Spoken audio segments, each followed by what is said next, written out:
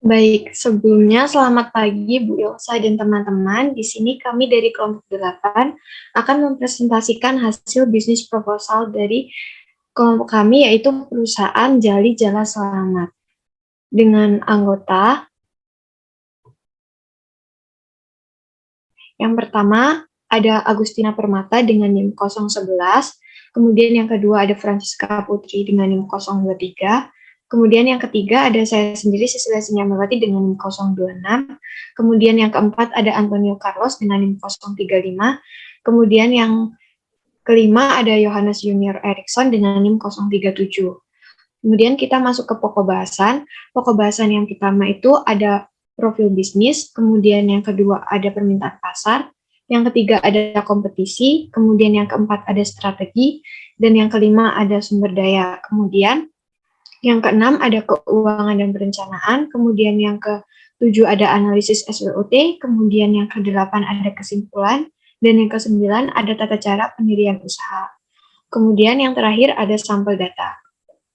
Kemudian yang pertama kita masuk terlebih dahulu ke ringkasan.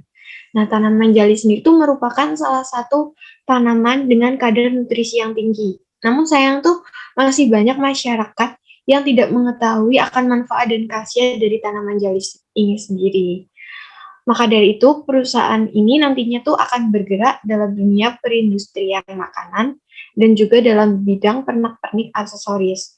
Adapun makanan yang dibuat tuh antara lain ada bubur jali, dodol, brownies jali, serta aksesorisnya tuh ada rosario, tasbih, gelang, hingga kalung. Kemudian selanjutnya kita masuk ke profil bisnis. Untuk yang pertama itu ada nama perusahaan. Nama perusahaan kita itu ada Jali Jala Selamat. Kemudian jenis perusahaan Jali Jala Selamat ini merupakan jenis perusahaan perseorangan yang sudah memenuhi kriteria dari UMKM.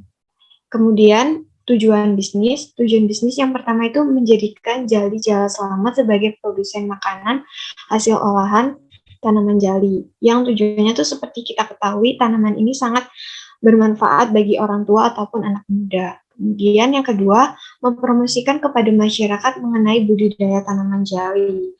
Dengan cara mempromosikannya itu dengan berbagai cara, dengan membuat video dan juga seminar di mana masyarakat ingin membudidayakan tanaman jali.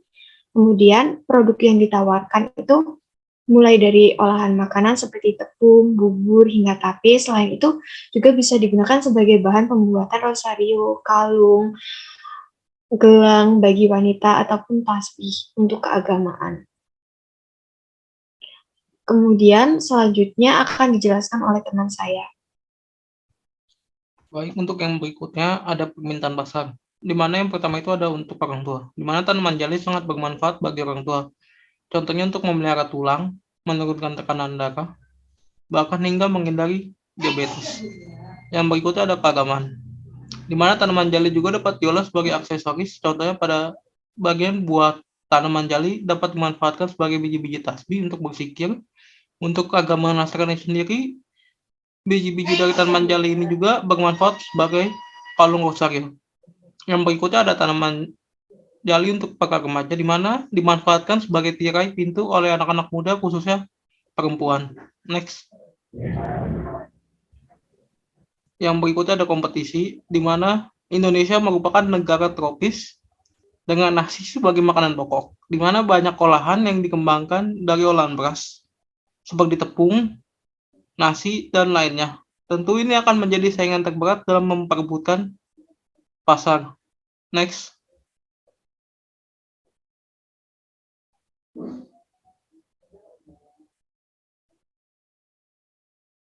Yang berikutnya ada strategi. Strategi sendiri ada dua. Yang pertama ada pemasaran melalui media sosial. Dalam media sosial, kita dapat membuat konten-konten yang menarik tentang produk kita. Konten yang kita buat akan meliputi manfaat dari tanaman jali hingga cara pengolahannya. Yang berikutnya ada mengikuti kegiatan pemerintah. Yang pertama ada Gernas BBI, di mana Gernas BBI sendiri merupakan gerakan nasional bangga buatan Indonesia. Kemudian kita juga akan mengikuti kegiatan perluasan ekspor pada produk-produk Indonesia melalui ASEAN Online Sale Day atau belanja daring se-ASEAN. Next.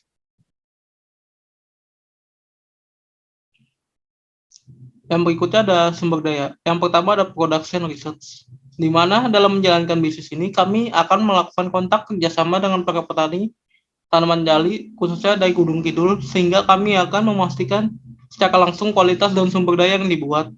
Yang berikutnya ada human resource, di mana dalam bisnis ini kami akan merekrut tenaga kerja dari mahasiswa maupun siswa yang lulusan dari sekolah kejuruan, khususnya pada bidang tata boga. Yang berikutnya ada financial resource, di mana dalam membangun bisnis ini kami akan mengumpulkan modal dari masing-masing partner sebesar 20%. Selain itu juga kami akan mengajukan proposal dana kepada pemerintah, khususnya bagian usaha dan ekonomi kreatif. Untuk berikutnya akan dijelaskan oleh Tata.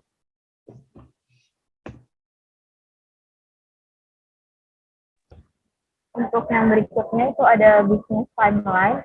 Bisnis timeline sendiri itu prosesnya ada 9.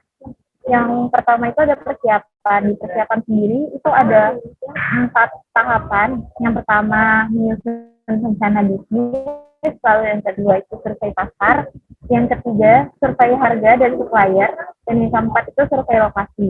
Keempatnya itu hanya dilakukan pada bulan pertama. Untuk yang kedua itu ada persiapan peralatan atau investasi. Persiapan peralatan investasi hanya dilakukan pada bulan pertama. Lalu yang ketiga itu ada membeli bahan baku. Untuk membeli bahan baku sendiri itu dilakukan dari bulan pertama sampai bulan ke-12. Yang lalu yang keempat itu ada uji coba produksi. Uji coba produksi itu hanya dilakukan pada bulan pertama.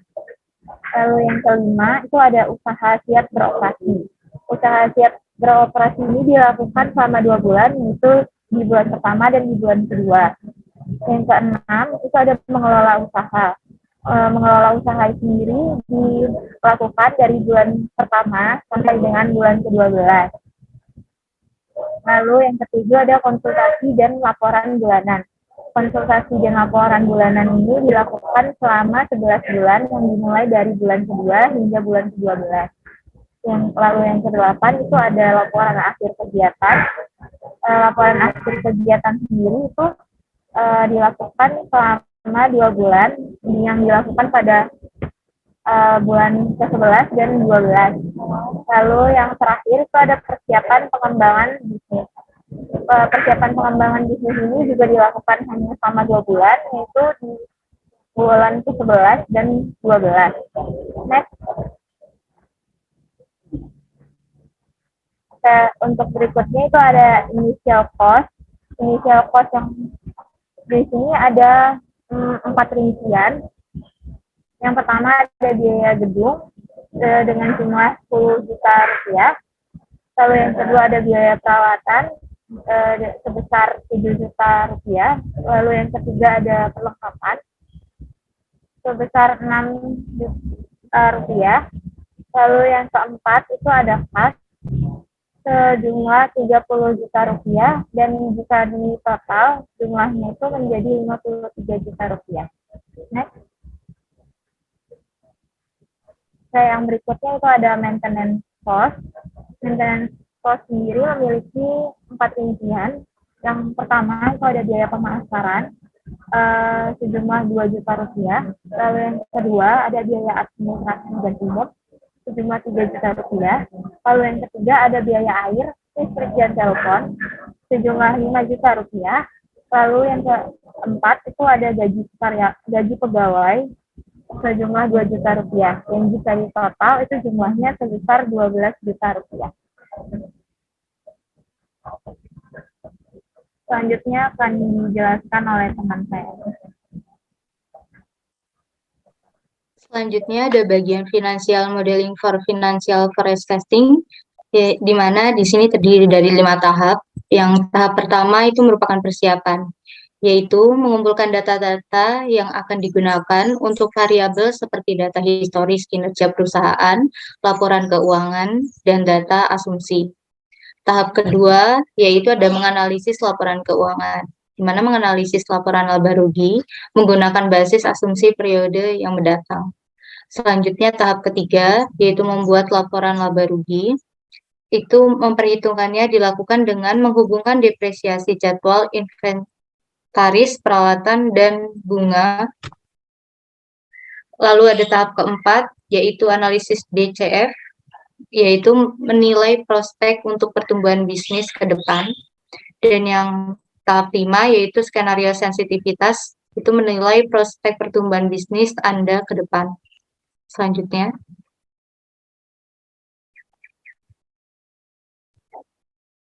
Selanjutnya di sini ada analisis SWOT, yaitu yang pertama ada strength, mendapatkan dana UMKM dari pemerintah, masih mudah untuk mencari para petani tanaman jali, modal yang tidak terlalu besar, dan mempunyai SDM yang berkualitas.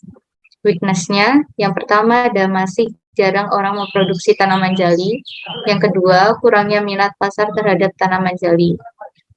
Opportunities-nya itu yang pertama masih sedikit para pengusaha tanaman jali, yang kedua penggunaan tanaman jali dapat menarik perhatian masyarakat. Yang terakhir ada threats, itu yang pertama munculnya usaha bisnis di bidang yang sama dengan keunggulan yang berbeda-beda.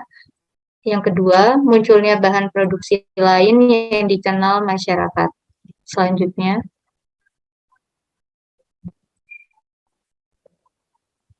Selanjutnya ada kesimpulan, yaitu Jali Jala Slamet merupakan salah satu perusahaan yang bergerak di bidang usaha makanan dan properti. Dalam menjalankan bisnisnya, PT Jali Jala harus bersaing dengan pengusaha lain dalam merebut pasar. Oke, sahabat. Selanjutnya, tata cara pendirian usaha. Jadi dalam mendirikan usaha ini, UMKM ini, tentunya ada banyak persyaratan yang perlu diperlukan.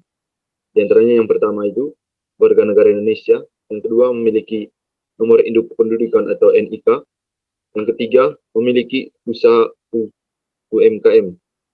Yang keempat, bukan sebagai pegawai BUMN, BUMD, PNS, TNI, ataupun Polri. Yang kelima, memiliki surat keterangan usaha. Dan jika memiliki KTP dan domisili usaha yang berbeda. Yang keenam, tidak dalam masa pinjaman di bank atau kredit usaha rakyat.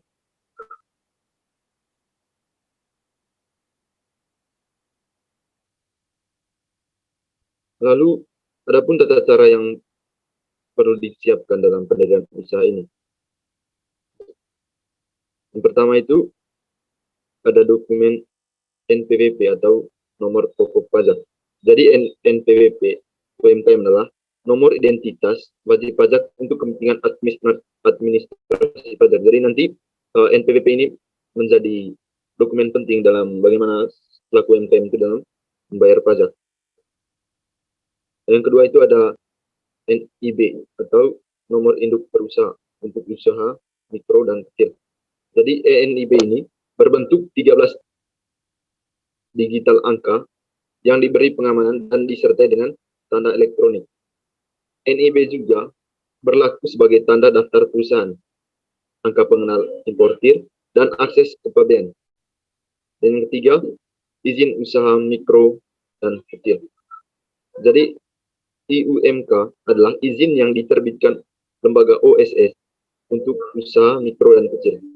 UMK bertujuan untuk memberikan kepastian hukum dan sarana pemberdayaan bagi pelaku usaha mikro dan kecil dalam mengembangkan usahanya.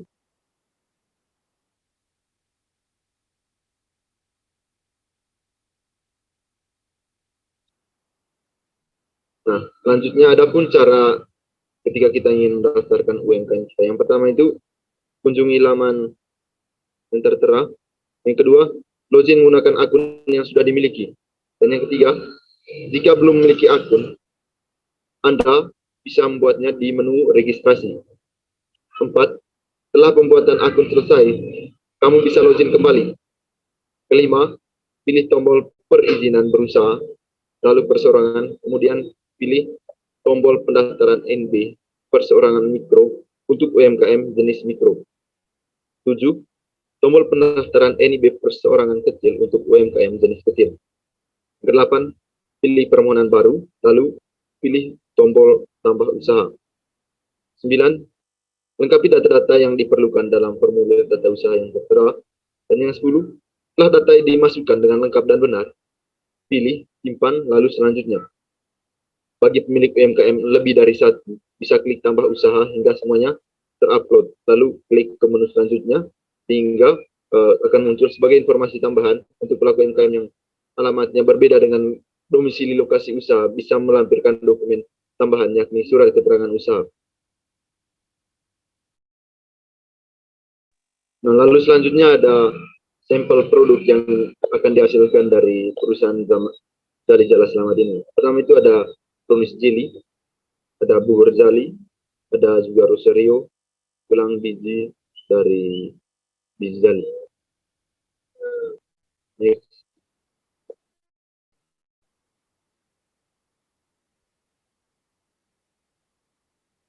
Oke, sekian dari kelompok kami. Mohon maaf bila ada salah kata. Terima kasih. Tadi